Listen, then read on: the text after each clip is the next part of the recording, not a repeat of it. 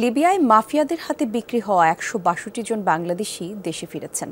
এদেরকে দেশটির বিভিন্ন স্থানে আটকে রেখে নির্যাতন করা হয়েছে। ভুক্তভোগীদের অভিযোগ, বাংলাদেশের দালালরা লিবিয়ার স্থানীয় মাফিয়াদের কাছে তাদের বিক্রি করে দেয়।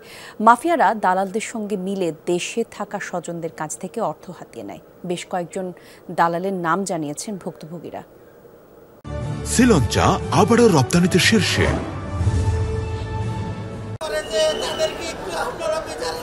ছেলেকে আর কখনো জীবিত ফেরত পাবেন তা ভাবেননি।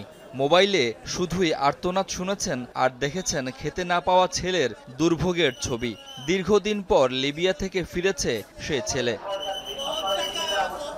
কাজের সন্ধানে লিবিয়া গিয়েছিল তানজির। সেখানে বাংলাদেশি দালালরা তাকে স্থানীয় মাফিয়াদের কাছে বিক্রি করে দেয়। তারা তানজিরকে আটকে রেখে চালায় নির্যাতন। আমাদেরকে বাংলা মাফিয়ার কাছে বিক্রি করে দেয়। বিক্রি করে দেওয়ার পরে বাসায় থেকে 25 লক্ষ টাকা দেওয়ার দাবি করে। এই ছেলে বাঁচাতে আমাকে 36 লাখ টাকা 34 লাখ টাকা দিয়েছে। এই ছেলে বাঁচাতে আমার 32 লাখ টাকা নিচ্ছে। ওই নেছে রবিজুল। ভুক্তভোগীরা জানান, দালালরা ইউরোপে পাঠানোর আশ্বাস দিয়ে অনেককে মাফিয়াদের কাছে বিক্রি করেছে। দেশে স্বজনদের কাছ থেকে দালালরা লাখ লাখ টাকা হাতিয়ে নিয়েছে বলে অভিযোগ করেন তারা। হাতে এক কাপ পানি দিত 24 ঘন্টার ভিতরে, আর 2টা বিস্কুট দিত। অনেক সময় দেখা গেছে 2 চামচ ভাত দিত আর 1 চামচ ডাউল দিত, তাও 24 ঘন্টার ভিতরে, আর কোনো খানা দিত না। অনেক দিন এরকম মাইটার খাওয়ার পরে একসময় সহ্য করতে না পারে বাড়ির জমি বিক্রি করে টাকা দিছিল, কিন্তু তাদের পর্যাপ্ত পরিমাণ টাকা না দিয়ে তারা ছাড়েনি।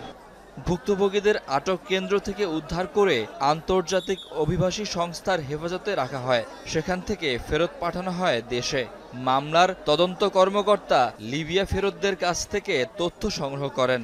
বলেন, এ ঘটনায় হওয়া মামলায় বিস্তারিত তথ্য সংগ্রহ চলছে। ওনাদের অপহরণ করে মুক্তিপণ আদায়ের বিষয়ে আমার একটা মামলা হয়। মামলার তদন্তটা আমাদের পিবিআই করছি। ভূমধ্য সাগর পাড়ি দিয়ে লিবিয়া হয়ে ইটালি বা ইউরোপে যাওয়ার যে স্বপ্ন দেখে, এটা যে বাস্তবে হচ্ছে না সেটাও আরো তুলে ধরতে হবে।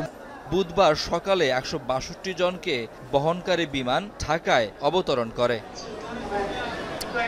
শাকিল হাসান, যমুনা নিউজ, ঢাকা।